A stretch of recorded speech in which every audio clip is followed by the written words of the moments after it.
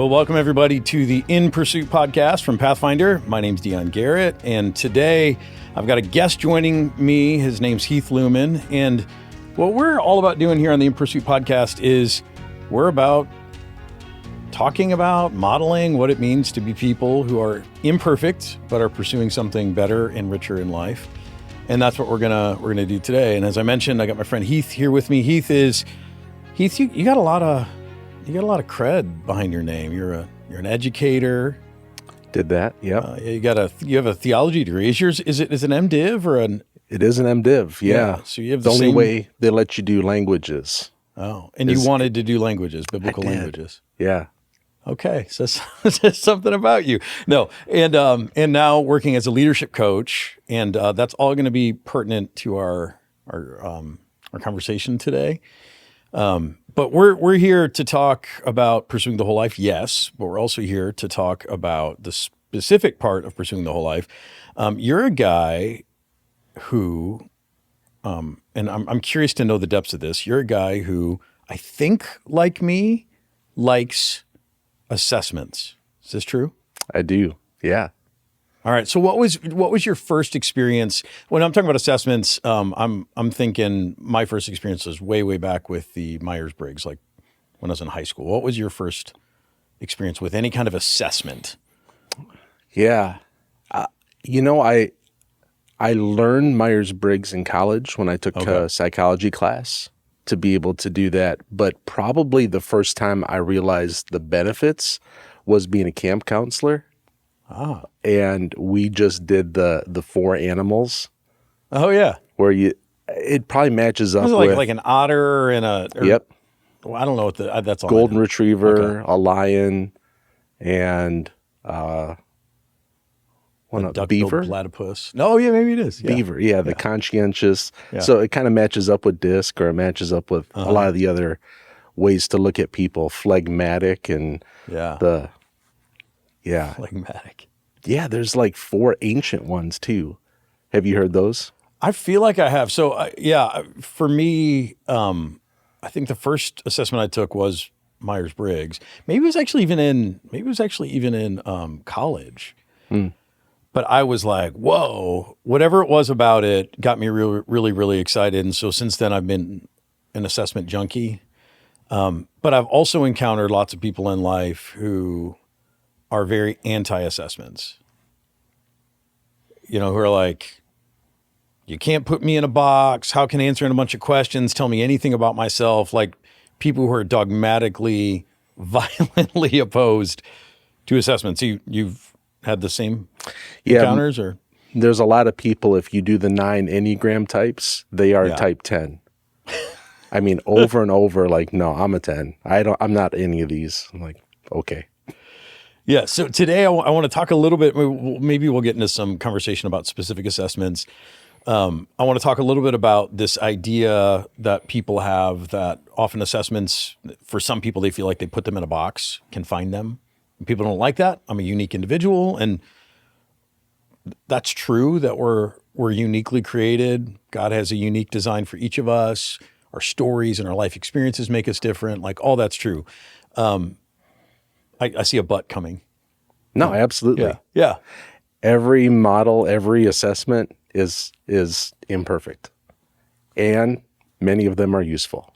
Yes. So you bet. So one of the things that I want to talk about is this idea that people think assessments put them in a box, and especially with the Enneagram, while that can be true, I want to talk about how assessments are necessary, or one of the necessary tools to actually get out of maybe the box that you're in, to grow beyond who you've been and explore new turf and new territories. Yeah. Can we bounce back to your story though? So you just, you started, well, you were a camp counselor somewhere, but that was during college? Northern Illinois at Walt Camp. Yep. Where's that? It's Kingston, Illinois, kind of between Rockford and Chicago. It's in there somewhere. All right. Yep. Yeah. I went to not there, but I went to like a meditation retreat. It was kind of like more of a Buddhist deal. Oh, okay. It was in that area though. That same I think so. Pocket of Illinois? It was near Rockford, but I'm not sure if it was which side of it. Anyway, Okay. but you went to college to become a teacher, and you served as a Lutheran teacher for. Yeah, I was a teacher for 22 years.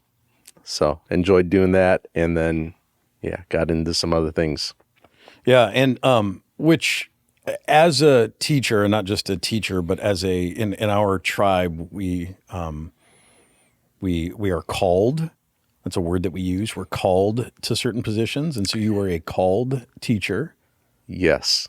And so, I mean, the idea is you're called by God through a congregation to serve in a role. So, I do want to talk at some point about how does one who has been called by God to a certain position to serve God in a very clear and obvious way. How do you walk away from that? So we'll probably talk about that later too. Yeah. Because that seems like losing your religion or something maybe, which you haven't done.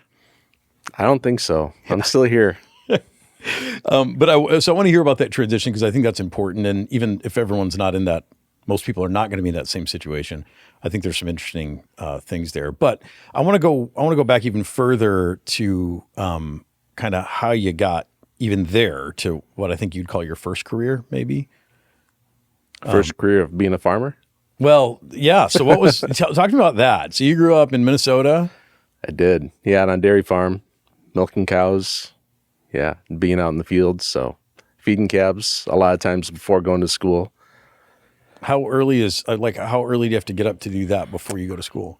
My parents were pretty good about, like, if I was in school, if I was doing a lot of activities, I mean, they'd cut me a break and I'd maybe be late, Okay. if I was out doing show choir or something at night. So, I didn't always have to get up super early, but a lot of times, especially during grade school, like I was up maybe 5:36 to go out and feed calves and do different things before showering and going to school. But yeah. And did you enjoy that, or was that? I mean, I'm trying to imagine my kids waking them up. I'm trying to imagine waking my kids up to do anything that's for the family, and I just cannot imagine that going well. Or even myself as a kid, I'm like, I would have been mad. I would have been grumpy. I remember a lot of times not being happy because we lived very close to the school and church that I went to as well. We're out in the country, like 2 miles out of a town of 1,200. So it's not, Oh, wow. I mean, it's not close to anything. And yet I could, across our cow yard, see the parsonage. Okay. There's this Where the pastor cow lived? yard. Yep. And then the cemetery and then the parsonage and stuff. And I'd see my buddy raking leaves and getting like $10 an hour for raking leaves at the house that he lived in. And I'm like, I get nothing. Well, you're feeding calves and I get nothing except a roof over my head. Yeah. I think the first time I liked it was when my parents left for a weekend and I was like in charge. And I realized that there's a whole lot of skills that I had to be able to actually run things and keep stuff going without my parents there. And I'm like, oh, So maybe this is good. how old were you? Do you remember about how old you Maybe 12. were? Wow. So like at 12, you're like, hey, I know some stuff. Right. Yeah. So you like feel this competence. Yeah. It's a good thing. So, Yeah. Well, yeah. Jonathan Haidt talks a lot about this with the anxious generation and how the way we raise kids nowadays, they don't get a chance to feel a sense of competence in much Yeah. in life. They feel like their parents are always there, and so it heightens anxiety. They don't realize like, hey, I've got skills. I can figure stuff out. Everything seems overwhelming, but that doesn't sound like how you grew up.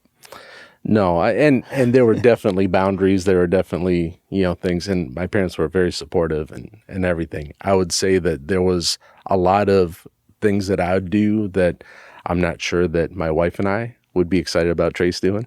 Yeah. Just because it's tough. It can be, dangerous and things to work PTOs and, all the different equipment that, we grew up learning stories about the kid that lost both arms, in a PTO shaft and went inside the house and dialed 911 with a pencil in his mouth because my he had no gosh. arms and no one else was there.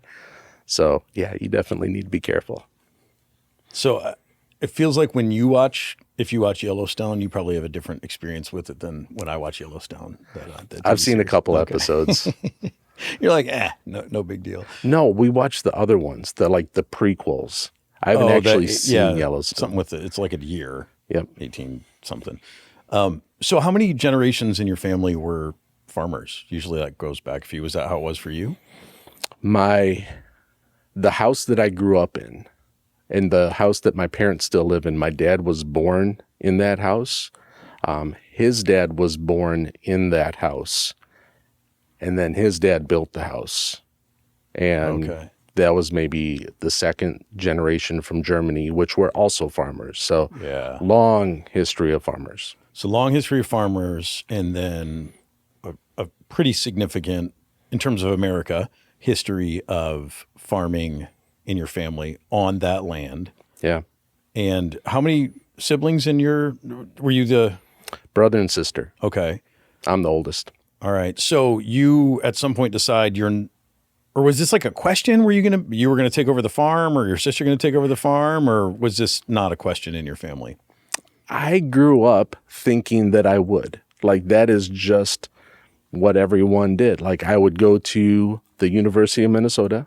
I would be part of the Alpha Gamma Rho fraternity, the AGR, agricultural Okay. fraternity.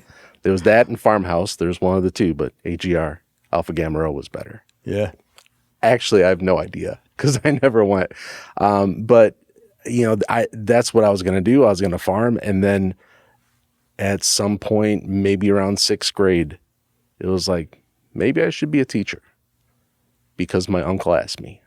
He's like, maybe you should be a teacher. And I said, okay. So you had an uncle, Who was a principal at a Lutheran school. and so he looked at you and said, "Hey, maybe this is something you should consider." Was your family, was that pretty? And were they pretty open to that? my dad would be like, absolutely, get out of here. Okay. He's like, it's fine if any of my kids want to come back and farm, but you need to at least go to college for 2 years, know what it is you want to do. And if you want to come back and farm, great. If you want to do something else, at least you know. And none of us went back to farm. And my dad was totally fine with that. Yeah. Farming's different now than it was when I was growing up. Family farms, like, that's what everyone was. And now it's more of corporations. You have huge farms, milking thousands of cows rather than 40. So 40 sounds like a lot. I mean, We thought clearly it was a thousands lot. are more, but 40, that seems like a lot. yeah, no, Wow. it's a bigger deal now. And you hire people like a whole business. Like Yeah. it's Yeah, there's you're not probably like even- working the thing yourself with your kids. You're like, right. yeah. So you have that conversation. What'd you say? You're like sixth grade, 7th grade, 8th grade? I think right in there, yeah. You have this conversation with your uncle. It puts a thought in your mind. You see that through, and you just like, okay. How does that work? Because I think, don't know. because the reason I'm asking is because I think, and I read something about this recently. I think a lot of us end up in careers because, for generations, it was because that's what our parents did, or, like handed down, like you were talking about the farm thing in your life. But then sometimes it's because there's an expectation. Someone thinks we'd be great at something, and we say, sure, why not? Because it's the hardest thing in the world to figure out when you're 12, 13, 14, 18, 20, like, what am I going to do for the rest of my life? And so you take the suggestion from someone else.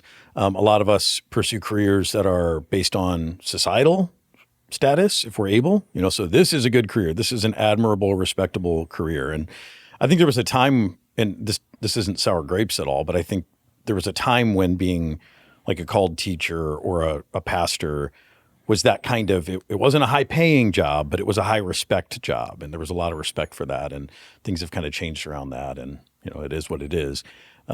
So for you, your uncle puts this thought, you could be a teacher. You're looking at farming, teaching. Were you considering anything else? No, I don't think so. I think once I realized I wasn't going to be a farmer, being a teacher was like, in my mind. And I don't know if it's personality, talking about personality later, or if it was, just that kept coming back. But there were lots of things that just echoed, yeah, this would be a good thing to do. As far as, noticing, I went to a small country school with third, fourth, and fifth grade all in the same classroom type thing, where the teacher would teach like third grade math, and then fourth grade math, and then fifth grade math, and then third grade spelling, and then fourth grade spelling. And you just kind of rotate through all that. Mm-hmm. So if you weren't being taught directly in your grade, you were working on homework, and the teacher's busy teaching all the time. So if kids had questions, like you were right there helping them out. And I was always one of the students that was helping other people out. I'm sure I got in trouble for giving answers.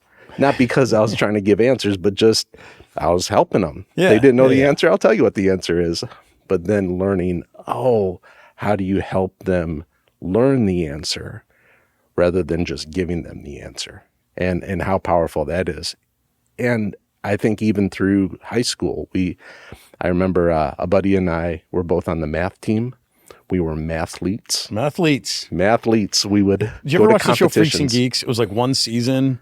I didn't. It is one of the best shows, I think, but it wasn't renewed for a second season, but it's got like James Franco and Linda Cardellini and Seth Rogen, like all these big names, and they're in high school in Western Michigan. And Michigan. She's kind of this nerdy, smart girl. She's a mathlete, but she wants to become cool. And so it's a Freaks and Geeks, just one season. I'll look it up. Yeah. But, we started like a tutoring service before school. There's like a commons area that kids would come to before school. And a buddy and I would just be down there and help them do math. They'd come in with questions, and not everyone loves math. And I thought it was great, but just helping kids with that was natural. Yeah. So you had a confirming experience then, maybe. So, you have someone say you should do something. You should be a teacher. And then you kind of have some experiences that go, this is what this is. I kind of like it. So you had a trial or a test to see what that was like. So you go on and you become a teacher. You go to college, you become a teacher. When did, and after 22 years, like I'm curious about the experiences that you had that either made you say, as you learn more about yourself, you're like, teaching is a good thing for me. Or you started to wonder, is teaching the right thing for me? I'm just curious about how, before you got to the ultimate place where you're like, hey, I think I'm ready to step away from teaching to do something else. What was it like to be in a career for 22 years? And I don't know, like, how do you feel like, did you feel like you picked the right thing?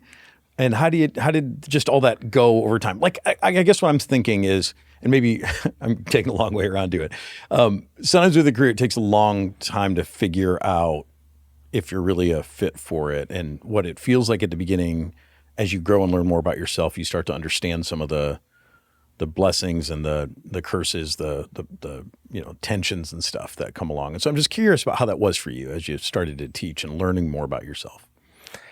Yeah. I don't think anything's wasted. I don't think that it was like, wow, I was 22 years in the wrong career. Yeah. I think there was 22 years of growing and learning more about who I was and developing skills and a lot of different things that got me to where I was that allowed me to know what's next. So I would say that feels more true than I could have picked the right thing 22 years ago and I didn't. So, yeah. Does that make sense? Yeah, absolutely. So let's jump to that part of the story. How does a guy walk away from 22 years at something, and especially when he's divinely called, and that's some extra pressure. And I mean, I say that kind of with a grin, but I think the way you and I were brought up through the system, I mean, this is a very holy thing that we're reckoning with, this calling, and to say, I don't know that I feel called to this divine calling anymore is kind of I don't know. I feel weird about it when in moments where I've thought about other things. Yeah. How did you just talk about how you came to the place of saying maybe this isn't for me? There was one moment that I was told that maybe I'm not called. So maybe that helped. Oh yeah. So, you know, I'm always looking at growing, and doing continuing education is something that we should do as teachers. And I had no desire to be administration. So like to go back to get a master's of administration or just a general master's of education didn't make sense. I was teaching science for a long time, but I didn't feel like a master's level in some science field would be useful either. But being at a Christian school, being like the chance to be in theology more and go to seminary, that would be a blast. So that's why, I went for a master's in theology, which was like a 5-year program instead of some people do masters really quick. Right. I've heard this was not quick, but I loved the whole process. I loved the whole thing. I went to our local district and I said, now that I've gone through this, MDiv program, I've got my degree. I'm really Lutheran though. Like I've wanted to be Lutheran the whole time. I even took my Pieper, Mueller textbooks, and we were given like the Baptist and, Dutch Reformed kind of textbooks to be able to use, but I'm filling out all my answers with Lutheran books and stuff. The institution you went to, so we're from a Lutheran background, but the institution you went to is not. Right. And so you're still like, oh yeah. The doctrine's good. yeah. And so I used all the doctrine when I was doing all of the classwork and stuff. And I even showed them papers, like, look at these papers, and all the citations and stuff. And the district president was all for it. He's like, you bet, let's go. And then one of the conversations, along the way to looking at colloquy, to being part of the Lutheran system, they said, did you feel the call? And I said, yeah, that's why I became a teacher. He's like, no. Did you feel the call? And I'm like, oh, I thought I did, but I guess I didn't. So, okay. I don't understand. Was that a reference to because there's only one call to be a pastor. Gotcha. So the other calls are not really calls. Okay. They're like pretend calls. Was kind of the message that I got. Yeah. And I kind of pushed back on it. I'm like, I'm not sure this is where I want to be either. Yeah. It felt like as much as I love the people, as much as I love the theology, the system just didn't feel like I want to be all in this system. Yeah. So, which is probably a whole other thing we could talk about is, so in our system, there's certain positions you can be called to. God calls you to that. And my view of that is, God's, and I mean, this is biblical. This is God appoints some to be prophets and apostles and, like all these different offices that God is in the business of calling us all into something, into the world, that it's not just some of us who have a calling and the rest of, those of you who are working other jobs, you're like, yeah. I mean, you're just working a job. Some of us are called. Like, no, we're all called. Like the way that God designed society to work, we all have a function. And I mean, this is the heart of Martin Luther's idea of vocation, that we all have a calling from God, and it's noble and it's divine and it's holy, even if it's not in a profession that is directly linked to proclaiming the gospel verbally or teaching the gospel. Yeah, absolutely. Yeah, vocation, the word call is in there. Like it is all about, you are called, the priesthood, all believers. I'm absolutely behind that. And I think it is important to live out your faith, no matter whether you're a farmer or a teacher or a pastor or leadership coach or whatever else you're doing. So. Yeah. So what was the like precipitating thing that made you say, like, I'm ready to, because you left teaching to kind of do something more entrepreneurial, and you kind of have this entrepreneurial streak in you, and maybe it's that work ethic of the farm kid, maybe, and even farmer. Just seeing like farming is a little uncertain, like about how, right? My son right now is in the trying to get scholarships, and think about college and pay for it and all that kind of stuff right now. And it actually reminded me of, I got a young entrepreneurs scholarship. Really? When I was growing up, probably because no one else applied for it. But it was. Well, I mean, that says something right there. I mean, if you're not entrepreneurial, at least you're like a go-getter.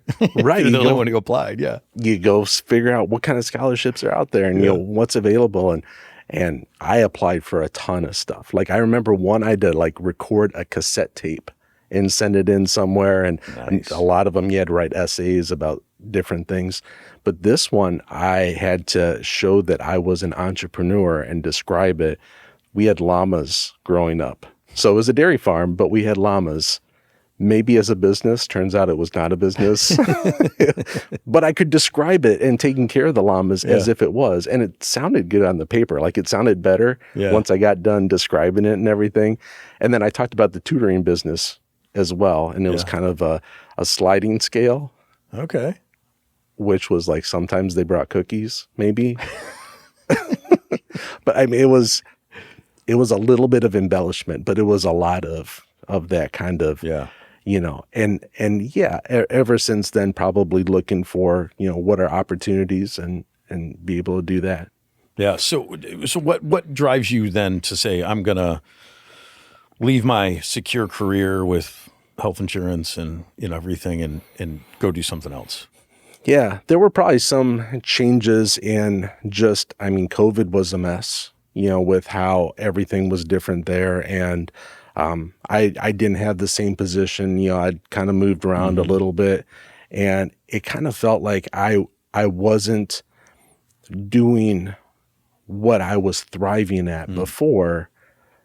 And I didn't know if it would ever be, hey, I'm going to be able to get back there. And I'd also learn more about coaching. And I don't know that you could come out of college and say, I am ready to be an executive leadership consultant and coach. Like, that is... Yeah, who's going to hire you? Right. That wouldn't make sense. So I think you need some life behind you to be able to do it. But as part of the theology, the MDiv degree that I got, I did some coaching classes as well and learned about that process. And it just felt like a very natural fit. So you decided to make the jump to leadership coaching. That's what you've been doing. Yeah. And part of this work is, I mean, are you, maybe this is a dangerous question to ask. Are you happy that you made the jump? Are you satisfied or gratified? Maybe happy is the wrong word. I am. It's less stable and consistent, and it's less stable and consistent. So it's like a good and a bad thing. Yeah. Every day could look different. Like, this is a different day than yesterday and tomorrow. Like, everything is lots of different opportunities and different ways to serve and to work with people. So sometimes I'm doing trainings with people. Sometimes I'm working one-on-one with individuals. Sometimes I'm learning other stuff. And so it's a lot of, where can I add value, continue to pay the bills, which is important. But God is taking care of us and we're doing well. And so, it feels like kind of a confirmation of, life is not always easy, but it has, and the whole journey has not been easy, but it has been good. Well, and you're just reminding me that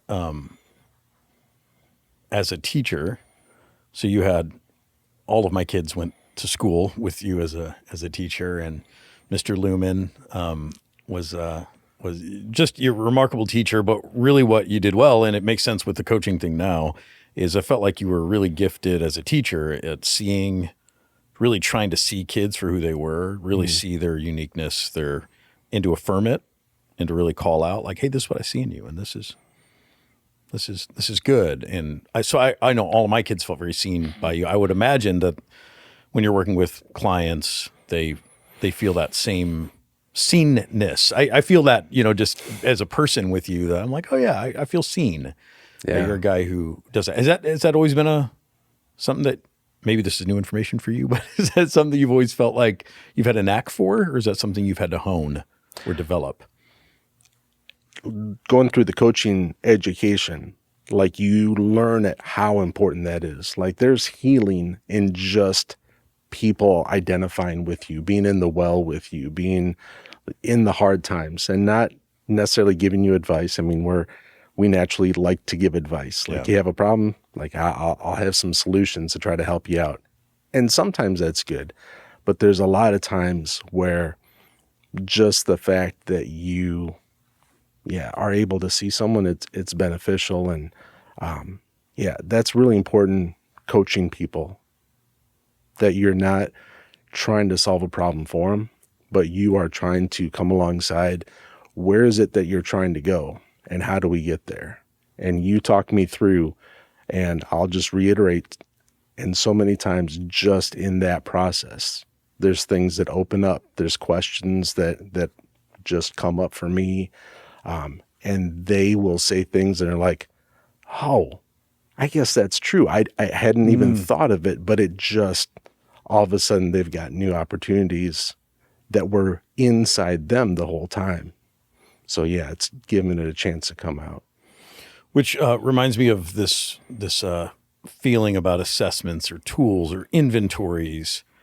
So do you have any favorites that you find helpful for those moments of discovery or helping someone get to the right spot or feel okay about who they are? Depends what you want to do. Like the animals one is still great if you just want to know about assessments, but I think the Enneagram is awesome if you want to dig inside yourself and you are willing to wrestle with things about yourself. If you want to try and help other people, it's not great. I would say, DISC, as far as communicating with people, is awesome as far as getting a group of people to work together. I think the Working Genius is really useful because it talks about a process of actually getting work done, as opposed to, here's who you are, deal with it. So it's actually work related, which is really good too. Yeah. Working Genius that's a table group, Patrick Lencioni thing, right? 6 different stages of work, profile or type things that you can do. Do you want to say a little bit more about what the Working Genius is? Because you're a facilitator in that, and why is that helpful to people to, as they're trying to get better at what they do, or maybe feel more at home in what they do? Because here's the thing, and we've had an episode this season. There's another one out there, just wrestling with a sense of calling, and so I'm a almost 48-year-old guy. I've been doing what I've been doing for over 20 years, and there is this kind of boredom stagnation thing that starts to creep in, and you're like, I got 20 more years to work. And what is the rest of my career going to look like? And you start to ask these deeper questions. Am I in the right place? Which scares everybody when I start talking this way, everybody in my community, because they're like, wait a minute, you can't, because you're our pastor. So I'm not intending on going anywhere, but I think these are natural questions for people to wrestle with. I've got a daughter who's 21, just graduated from college.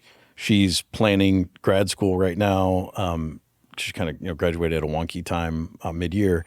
But even her, I see this, stress of trying to figure out what's going to last me. What do I pick? How do I do this? How do I know I'm picking a good path for me that will not only give me worldly success, but that'll give me some sort of inner sense of meaning or value that'll be something I can endure getting up every morning and going off to do that thing. So for me, these questions about, meaning, purpose, those are really, really important questions. And I think some of these tools can help people get in touch. Like when you just have that disconnect with, my life is good, my job it's good, it pays well, or it's a respectable job, but there's something that feels off in me. And I think a lot of us don't know what that is. Like, what's off? doesn't feel good. It doesn't feel like a fit, or it doesn't feel satisfying. And so I'm curious how these kinds of tools or assessments can help someone maybe identify what's going on, identify what the issues are, either to make their work life better where they are, or to plot a course towards something else. Yeah. As you're describing that, I would say, for you or your daughters or anything, like to dig in probably more to the work, not the working genius, but the Enneagram seems more beneficial, because you're trying to understand who you are. And I would even say the Enneagram's great, not at like putting you in a box as far as, this is who you are, but kind of saying, here's the box that you will naturally go into yourself. When you're backed in a corner, you will tend to act like this. And how do you get out of that box instead? Yeah, I think we have to dwell there for a minute, because I think that's a real common misunderstanding. Like I said, people who vehemently are like, assessments can't tell you anything. I'm more unique than that. The Enneagram would tend to agree with part of that sentiment, right?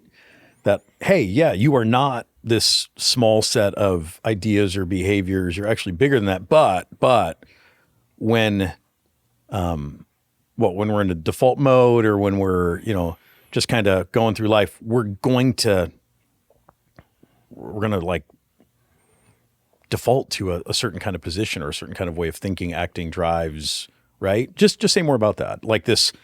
So to someone who would say, I don't do these assessments, oh boy, here they're talking about assessments, Enneagram, I've had friends talk about that. I don't care anything about that. That stuff's stupid. I can't tell you. Like, I think you just said something important, that the goal of Enneagram is not to put you in a box. It's to actually help what? It's to see what your natural tendencies are, and that it's not a scale of good to bad. So the Enneagram is pretty complex. So that might be too much. Yeah. Unless they're going to do the magic of podcasts and have diagrams up or something like that. But one thing that I've just learned about recently is, when you're looking at subtypes, to think about, instead of the typical ways to describe them, to say that there are hunters and there are farmers and there are teamers, which go with those three natural instincts of the Enneagram. But you've got hunters that are like out there, what's next? What can we do? What's exciting? Let's go do something. Kind of the entrepreneurial spirit. And you need people that are like that. And you have some tendency to do that. There are farmers of, hey, let's protect what we got. Let's, think about long-term. Let's set up camp. Let's do all this. And then you've got people that rely on their community, that are teamers, that are, the most important thing is to get people together where you can trust each other and you can work together toward the common good. And if you would say, there's those three things, there's probably one of those that you're like, yeah, all three of those are important, but this one is most important.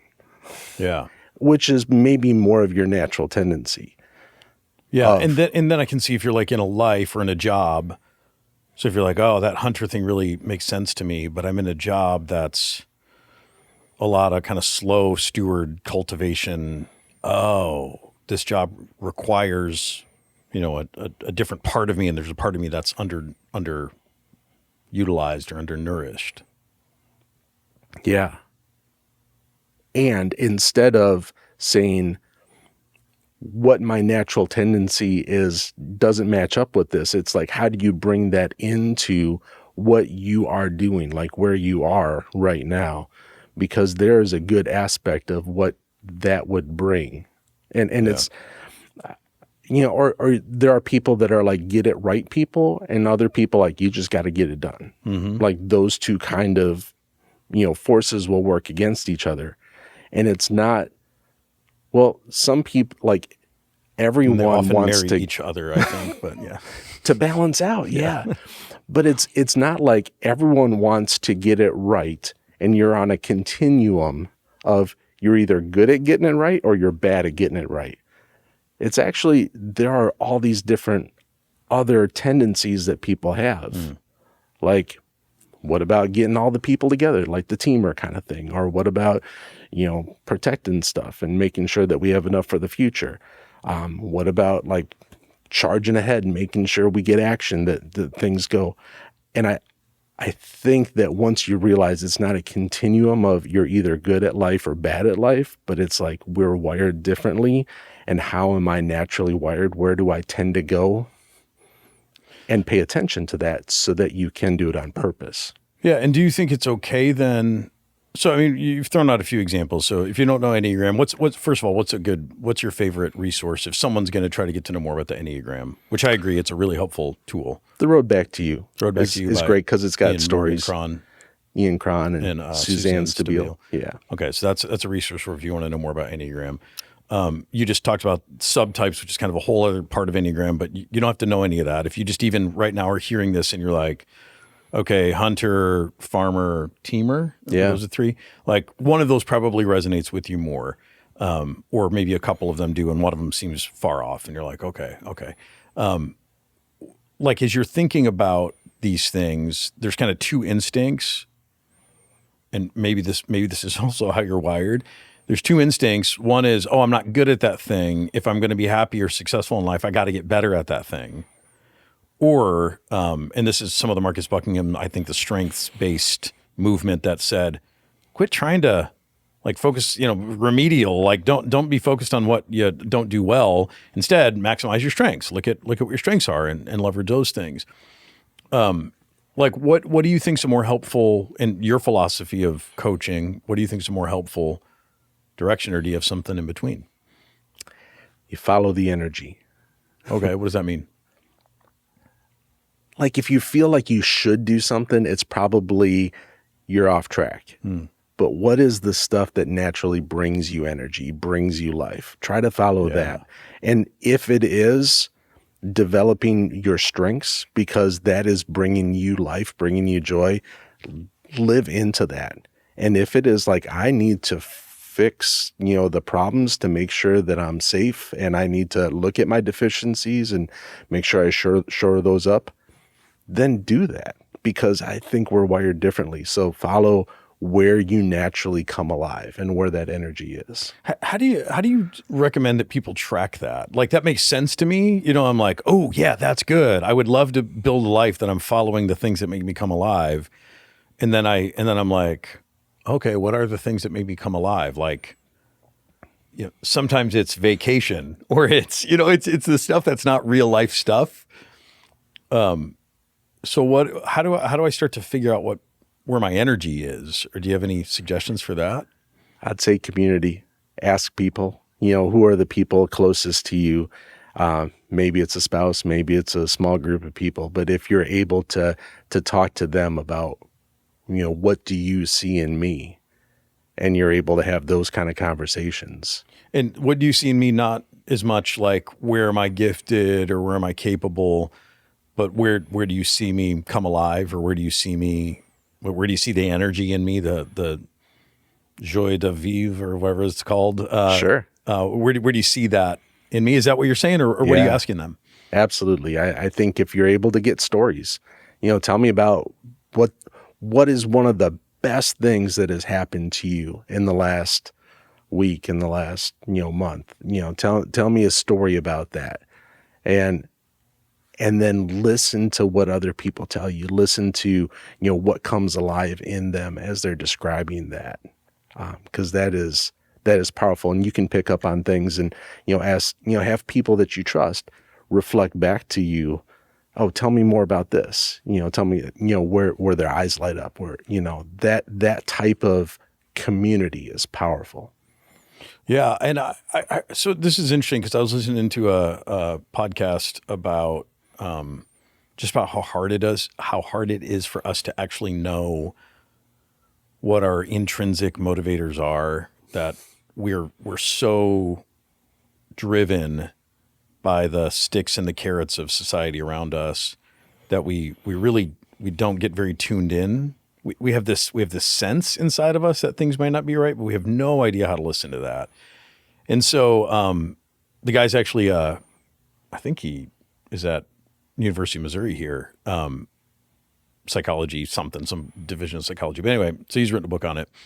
But a lot of stuff he talks about is, you can get mindful, you can, do these things to try to become more in touch with what your inner like motivators are. Because for me, I think one of the hardest things in the world is like what to answer is what do I want, or because there's a part of that question that feels selfish, like who gets to say what they want. Again, like I want to live on a beach and be on vacation all the time and not have any responsibility, which is actually not what I want. But I know want it for a little bit, and then you get sick of it. Yep. Yeah. So you like, but I don't really know the answer to those questions. I realize it in myself. There are a lot of shoulds, probably. Yeah, there are a lot of shoulds, and those shoulds are based around what am I good at. So I feel a lot of shoulds based on, well, if I'm good at something, then I should do it, and I should want to do it, and I should be grateful I'm good at it. And especially if it's helpful to people, or if it helps me make a living and support my family, then that's something I should do. And I can't even tell if those things bring me joy because they become so like they're so weighed down by all the shoulds and all the obligation. And some of that feels right because that's like stewardship. Like, so I'm about to dump it on you, Heath. Like, you're about to get all this mess in here. So you're not dumping it on me. Yeah. You're shoulding all over yourself. That's right. I love that phrase, shitting on yourself. So you've got all the, you've got that side of what am I capable of? And then you've got other people's expectations of what do you like me doing? How do I, fill your needs, or what is it about as I move through life gets me your affirmation or your support or your admiration? And so I'm trying to peel out those things beyond my competencies, just like what do the people in my life want me to do, and actually get to this question of what energizes me, and again, like sometimes theologically, I don't know, like that feels like a selfish question. Is that a legitimate question, or how do you keep it legitimate? Because it seems like it can be a really destructive question of like who in life gets to do what you want. I mean, certainly your ancestors going back, farmer, maybe, it feels like they were just showing up and saying like, we're farmers. That's what we're going to do today. Yeah. My dad was a farmer, my whole life growing up and everything. And when I started going to seminary, I remember him telling me that he thought for a while maybe he was supposed to be a pastor. Maybe he should have gone to the seminary and done that. So he was excited about I was going in to, study this and things like that. My dad milked for most of his life, and his knees were bad, and he needed to either rebuild the barn because it was a stanchion barn where you go and you kind of squat next to the cows and put the milkers on, as opposed to one of the parlor barns where you're kind of standing lower than the cows. So you kind of, are right there eye level with, the milking and everything. So he's like, I either need to renovate the whole barn so I can keep farming, or I need to do something different. And he went into dairy supplies, doing this, all the different things that you would need to support dairy farmers. So some of the different medicines or some of the different chemicals or all different kind of tools. And he would go farm to farm with a truck, and he knew a lot of the farmers, and a lot of the farmers he didn't. But he did that for, most or the end of his life, as far as, the working years kind of stuff. And I think he ended up being more of a ministry person in his sales than he was a salesman. Like he was able to be a good salesman. He sold stuff and he helped people out. But we ended up having random people show up at Thanksgiving because they didn't have somewhere else to go. Yeah. He was almost like a therapist to so many of these farmers that they don't have other people that are talking about these kind of questions with them. So he was that kind of person to all these isolated farmers that are going to joke around with other farmers, but one of the big things my dad would say is, what's not going well? Like, what are you struggling with? And he mostly meant around the farming, around the milking, around, what kind of things can I do to help out? What can I sell you? Or yeah. But how many times he got into family stuff? How many times he got into other things? And he was doing ministry. He was doing what God wired him to do. And he didn't have the call. Yeah. He didn't have but he did. And I think that is important to pay attention to. So that seemed to match up. Can you clarify that you said you think that's important to pay attention to? Do you mean, because I hear that story about your dad and I'm thinking, on one hand, he brought his own focus to the work. The work wasn't to look after people's personal, to connect people. The goal was to do farming stuff. So he found a way to bring what was more his heart's desire, whether he knew that explicitly or not, into the work. Or I don't think he went out thinking I'm going to do ministry to other farmers. I think he was going out to be a dairy supply salesman, to other farmers. But in doing what he did, that came out of him. Yeah. And his ministry to people and his work of caring for people. Like, my parents were always very authentic. That's probably one of the biggest reasons I was as strong of a Christian. And my brother and sister are both, it is not a, hey, let's go to church once in a while because we probably should. Mm-hmm. But like, my parents lived out their faith as this is the most important thing, bar none. And because that's how they lived, it wasn't like, well, all these other things are important, but we do church because it's a good thing to do. I'm like, no, like. Yeah, like sincerely, this is the most important, not like iron fist, right? Like heart. This is the most important. You could see that in them. Yeah, very much. So I think he'd probably even deny that if you asked him about his ministry kind of work that way, toward the end of his, career and everything. But no. Yeah, so I take away from that maybe in any job or any career that we have, you said this before, that there's maybe a little bit more room to do it our unique way. If we understand more about ourselves, there's more room I can technically get the job done, but if I know enough about what really gives me energy or joy, that helps me come alive, that gives me a sense of purpose, there's probably a lot I can do in any career path to steer it towards the things while still doing the job that are going to work for me. But you got to know what those things are. Do you talk to people who are, and I don't know, as a leadership coach, I think you're mostly coaching people up in the path that they are. You're not coaching people out of one path into another. No. Yeah. It's mostly a lot of people have come to me with, how do I get better at my job? How do I get better at what I'm doing professionally? Yeah. And do these other questions come up too, of like, I want to get better, but I also want to like my life as I'm getting better. I want to enjoy what I'm doing. I want to be able to have some staying power in this career. Very much. Yeah. A lot of those questions will come up too, because, you'll find that they keep pushing against this thing and there's just no energy behind it. And so you just like, doesn't sound like you're really excited about actually doing that. And then all of a sudden it goes a whole different direction, at a whole nother path, because there's something else built up inside them that comes out.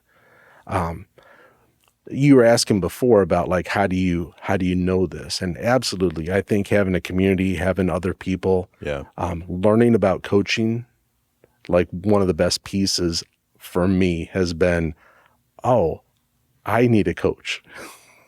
Because when I was, my natural tendency as an Enneagram 2 is I don't have needs, but I can help other people with their needs. I have no needs, but I am here to serve the world. I am. Like and I deluded myself into thinking that for a long time. Yeah. And so going through the process of other people coaching me and me coaching them, which is kind of what you have to do to figure it out, it was way more beneficial than I thought it was going to be.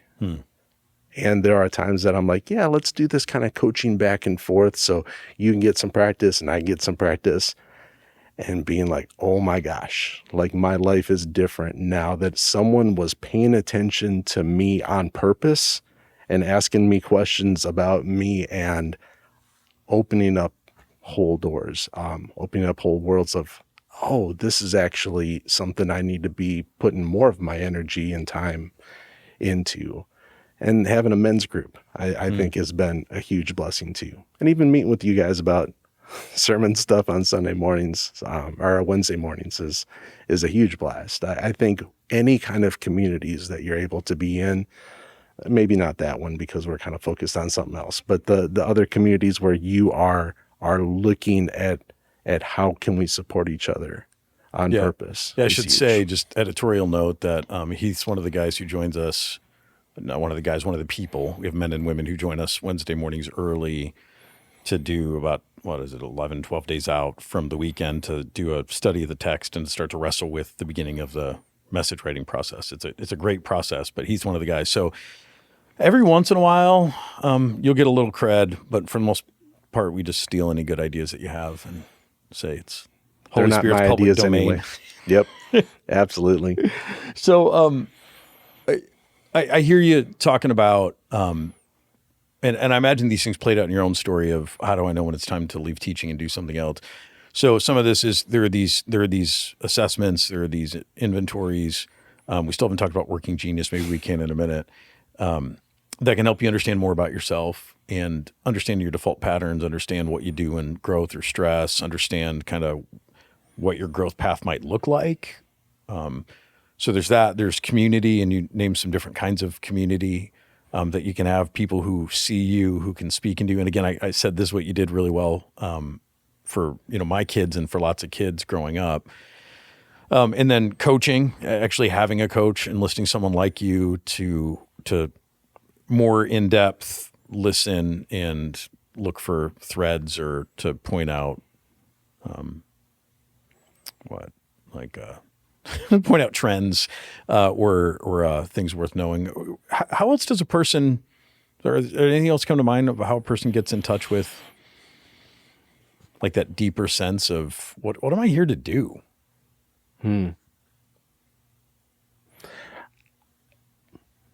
I would say of all those different things, like that seems like a pretty good list. If there's something else, maybe creating like a personal history would be interesting as well. In college, I did not have that much history. And yet, in college, I remember doing a project where we were supposed to, talk about different high points in our life and then, illustrate them in some way. I ended up making an animal like you were walking through the zoo. And maybe there was like a penguin for being baptized, and there was like it's deeply metaphorical here, yeah. Right, but there was like these different things that happened in my life that I, would point out. But sometimes when you go through and you think about stories and you're able to think about what are the moments in life that stand out for me, because I don't remember everything that has happened, in my whole life, but there are certain stories that will come back over and over all the time. What are the stories you remember and why? Yeah. And those things shape you. That's good. I think being able to pay attention to those is helpful. Yeah, there was something we talked about earlier with being able to test, if you can run some small tests, if you have an inkling of something that might bring you joy or something you want to do more of, running some small tests. So as you had an uncle who said you might be a good teacher, and I don't know if you were intentionally, it sounds like maybe you weren't, maybe you were intentionally running tests, but you had a chance to tutor and you're like, oh, this is data. This does feel good for me. And I think sometimes people want to jump into a career or change a career into something that sounds really great, but they haven't actually tested it. They haven't gone like, what would it be like to, I think about my daughters as they're trying to figure out a career, or again, people who are kind of midlife who are going, I want to do something else. But what would that actually look like to be in that career? And is there a way that I could try to test out some of that to see does that bring me alive, or is that just more? Because I think one of the things, just speaking from my own story, I think one of the things about midlife is, yes, you've been doing something for a long time and you have a whole lot of life left. And sometimes there is a recalibration that needs to happen. And there's been some great books written by that. Halftime is one, Bob Buford, and more recently, the book From Strength to Strength by Arthur Brooks. Great books that talk about just how our brains change and how our work sometimes needs to change depending on the kind of work that we are in when we're younger. Like we just can't do certain work very well, or our brains get better at doing different kinds of work. So there's some good data out there. So that may be it. But I think one of the other things is just like you just get burnt out. And when you're burnt out, it's a life pervasive, like it's all, whole life affecting. It's not just your work. And I think for me, a couple of years ago, I was definitely in a season of burnout, and it became very focused on, I think my career's wrong, or it's just, I'm ready for something else. But I also just think I was legitimately burnt out. And when you're burnt out, nothing feels good. There's just like no joy in anything. Yeah. So anyway, I just offer that as like another thing that, as people are assessing, I think we give them some good tools that they can look to. But I also think just asking that deeper question of going, is this maybe this isn't an issue of my calling. Maybe these things don't bring me joy anymore because I'm not in a healthy space.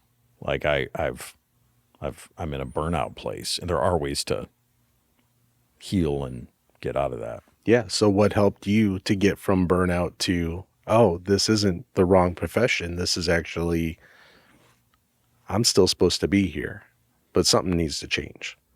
Yeah. And I mean, so much of what got me there is what we talk, just kind of what this whole podcast is dedicated to, just really paying attention to whole life wellness and growth. So meditation was something that I started to do, just trying to notice. I'm not good at noticing what it is that I want or what feels good. Like I'm just so obligation driven. So I'm probably an Enneagram 1 for anyone who cares what that or knows what that means. So I deal with a lot of like responsibility and obligation of like what is expected. How do I be a good, faithful person? So trying to learn more about what parts are feel good and what don't. And then I think, honestly, I think one of the things that was helpful is starting to look around and actually look around and be like, what else could I do?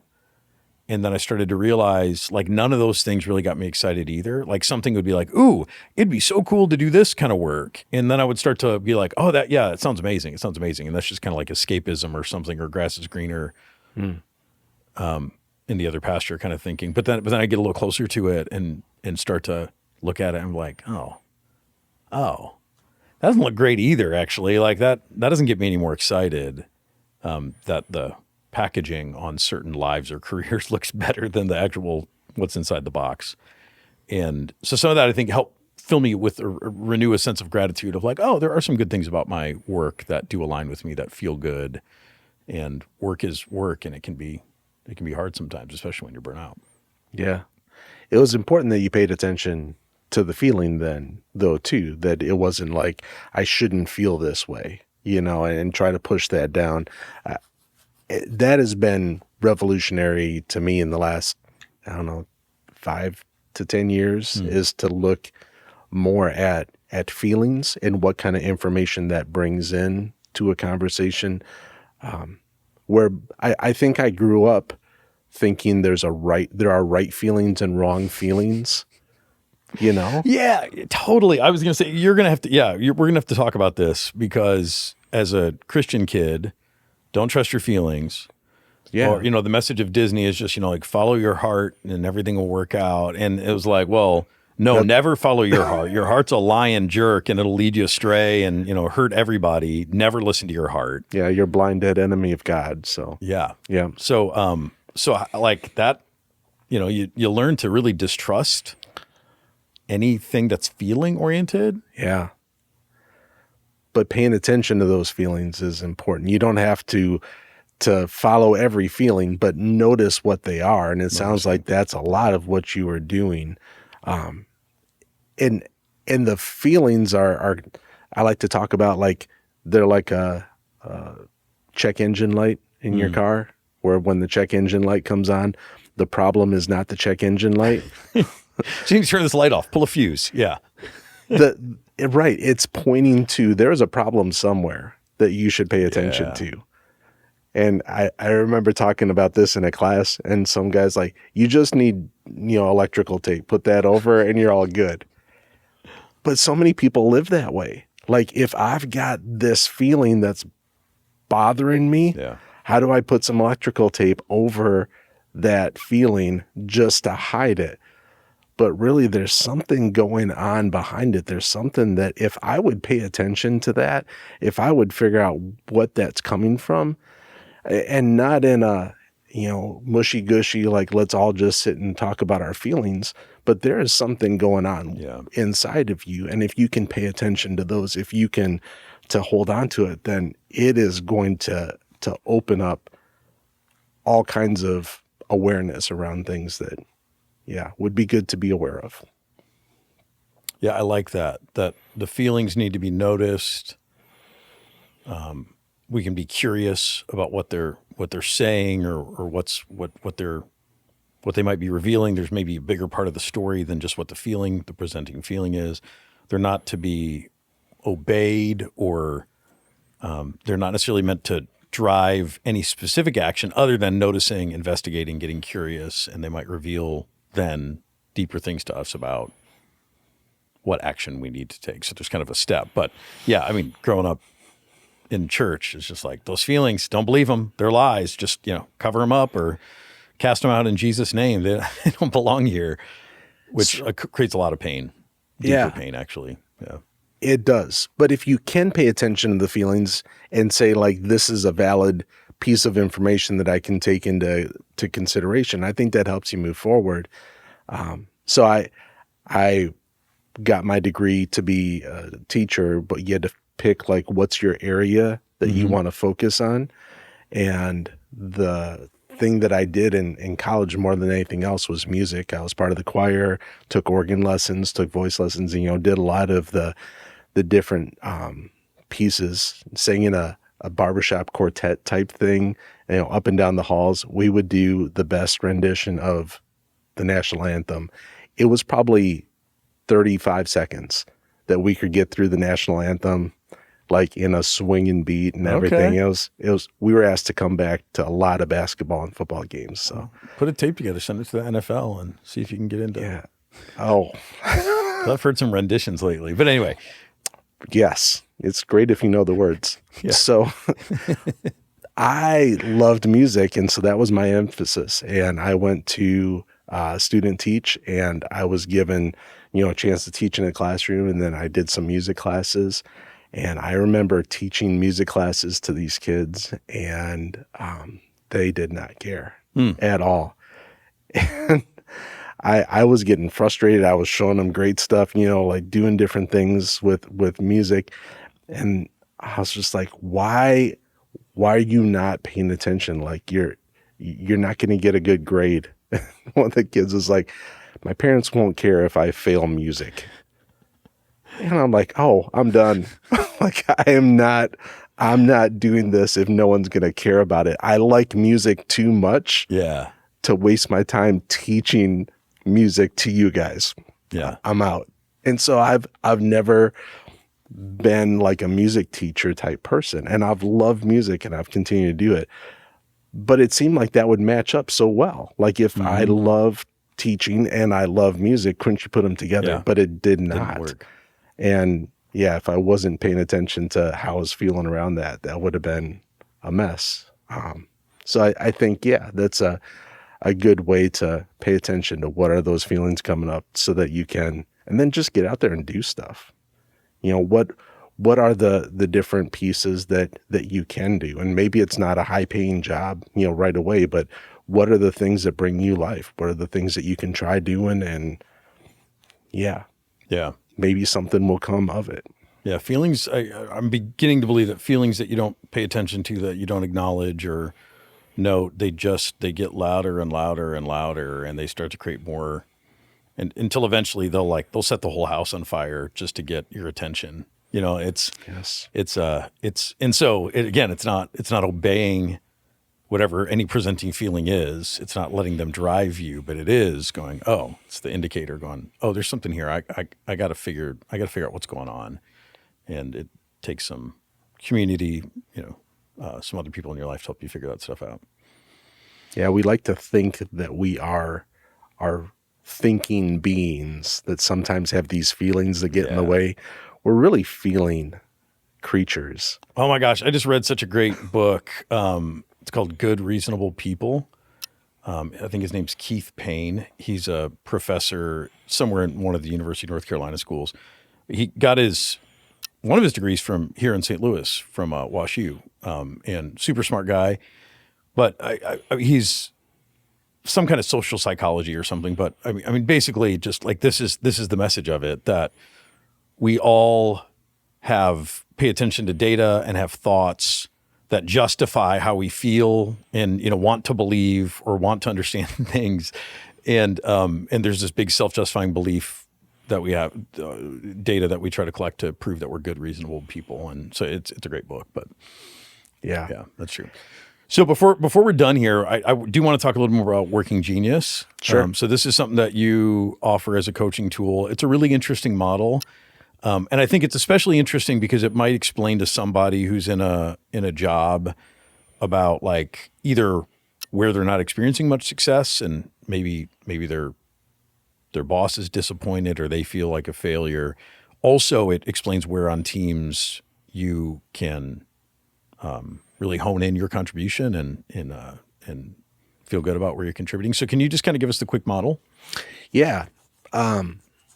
So it was actually developed out of Patrick Lencioni getting frustrated at himself. Oh, really? Like he would walk into work and one day, one of the people on his team came up to him and just said, "Why are you like this?" And he's like, "I don't know. Can you help me?" type thing. And so they sat down and said, "Okay, how does work happen? Let's figure out how work happens and how does work happen, and then figure out where do we get stuck." And because he was stuck. So if you look at the model, it spells out the word widget, but it didn't. Widget. Yeah, WIDGET. It wasn't like, hey, let's find an acronym and fill it all in. I don't know. Patrick Lencioni, he's a pretty quirky guy. I can see him leaning into that pretty hard, but he was probably excited when it worked out. He said about 2/3 of the way through, he's like, I think we can spell something with this. But so it starts with wonder. Like you ask questions, you start off at the beginning with the W, wonder. And some people are just geared that way to walk around the world. Like, I wonder why things are like that. I wonder why people do this. I wonder, what could be different. Like they're just constantly having those wonder kind of questions that lead into invention. So the I is for invention as far as you come up with solutions to those questions. Like what could be different here? We could do all these things. And most people, if you're going to say, what is a genius look like? It's an inventor. Because they're coming up with these things and like right and left. And even Edison would probably tell you like not all of his ideas were good, or Da Vinci or any of those. Like it looks magical that some people, just come up with all these ideas, but that's. Well, and it feels like those two sets are often put together, that the people who wonder about things are the people who can then invent or innovate to figure out how to do that. But those are actually separate things. Yeah. And actually, the saying, don't bring me a problem unless you have a solution.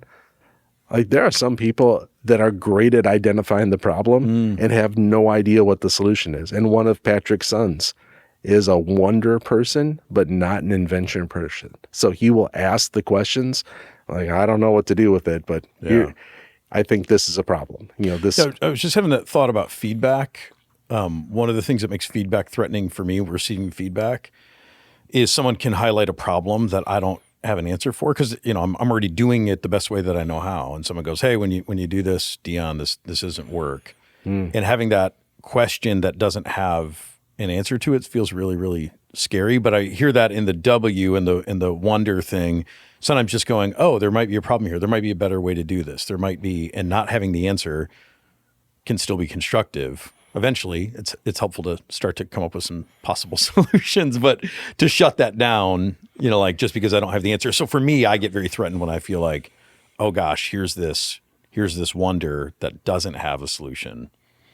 But that can be healthy, at least to tolerate it. It's great to notice that feeling around it. Yeah. And that you don't have to have an answer to everything. Yeah. And sometimes, people are coming up with those questions not to be a problem as much as I noticed it. Yeah. All right. So that's the W and the I. Maybe there's a logo that's backwards or something like that. And then it's just good to notice. It's facing the right way now, but it is. We don't tell any more of the production secrets. So then, we got WI, wonder, invention. Is that right? Invention. And then, but not all the ideas are good. So some of the inventions are really bad, and you should get rid of them. So you need discernment. So the D stands for discernment, not as in some people are smart and they have discernment as much as like they almost are good at eliminating the things that won't work, like just picking up on patterns and saying, let's not waste our time on these things. Let's look at these 2 or 3 ideas. There's potential there. So that's discernment. And then it leads into galvanizing. So the G is galvanizing.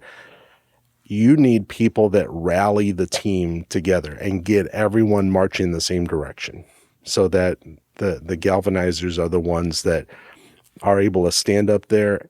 They don't necessarily come up with the ideas. They don't always have the best ideas, but they are great at getting people to move a certain direction. And I can even think of a couple that would readily admit, I don't always have the discernment, but if you tell me what to do, I will go do it. And Patrick, actually, that was his weakness, where he was kind of good at it with the galvanizing, but he was burnt out doing the galvanizing because no one else on his organization was doing it. So he was constantly going to every team and saying, what are you working on? This is important. You're a part of the team. Keep going. And he was so tired that he had and he loves invention, discernment, that those are his geniuses. So he had no chance to do that. The team could see that he was wearing out.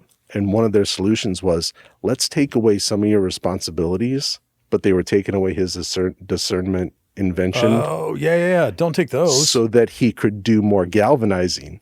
And he's like, no. He was so opposed to that because this was not bringing him joy, not bringing him life. Yeah, I've had board of directors, who are looking after me and seeing seasons where I've been overwhelmed, and they're like, hey, you could get someone and take this off your plate. And I'm like, no, please don't take that, Yes. And not knowing this framework necessarily, but just knowing like, no, that's actually something I want to keep. There's plenty of stuff that I would be happy to get rid of.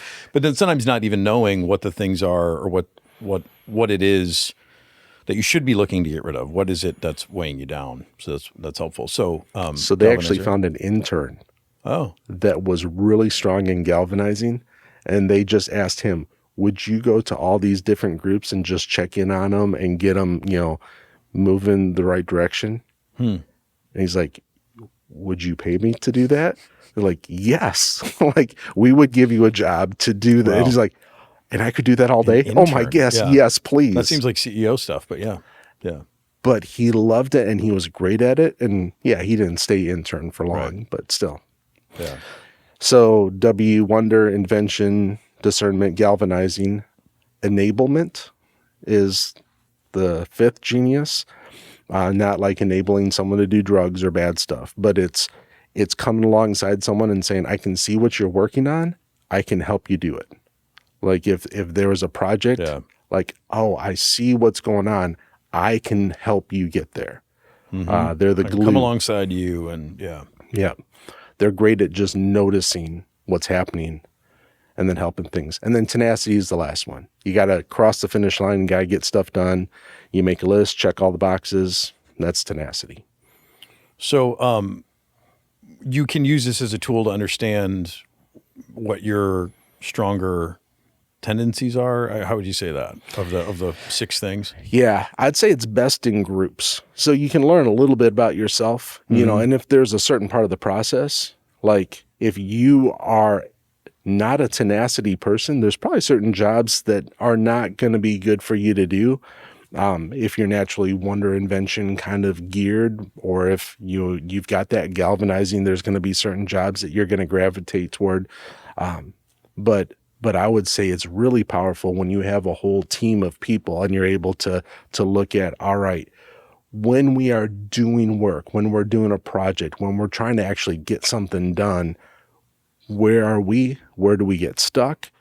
You know, what are the different parts? And you can break it down into like 3: ideation, activation, implementation. Some of those geniuses are responsive. So like 3 of them they respond to the world, like wonder, asking questions. Some of them are disruptive, like galvanizing, like, hey, everyone, stop what you're doing. We're all going this direction. So you've got some of that. You also will have like this balance of wonder is like 30,000 foot view of everything that's possible, down to like your boots on the ground trying to get stuff done. And if you are in boots on the ground trying to get stuff done, and someone comes in with a wonder question, because that's how they're geared, and they just like, hey, what about this? Could we redo this project this way? That can bring a lot of turmoil to you. Violence. You can bring violence. Or violence, yes. So it's more looking at the team, and there may be some gaps on the team where people playing different roles on a team. It also may be a thing where if you kind of have a bias towards one or the others, the natural questioner, or you're a solution finder, and you're in a role that requires you to do, like you said, Patrick Lencioni doing a lot of the galvanizing, when he's just like, this stuff wears me out. Let me invent and discern all day long, but this stuff wears me out. So you can think about what might help you fit better. So what were do you have things that are primary? Yeah. Personally, I guess based on what you said, that enablement might be one of yours. Is it? It is. Okay. Yeah. Enneagram 2. Yeah. That kind of personality comes out. And then discernment. So discernment, is helpful too in helping people, make decisions or think through ideas, but then enablement as well. Sounds great for a leadership coach. It works pretty well. To be an enabler. I mean, let's be honest. That should be like enabler or something, but we don't want to call it that. But enablement. Well, they're all things. Wonder, invention. They're all nouns. Enabling. Enabler. Bad connotation. It's okay. It's all good. All right, Heath. Well, this has been fun. What is plug for what it is that you do? If someone's looking for coaching, are you accepting new clients?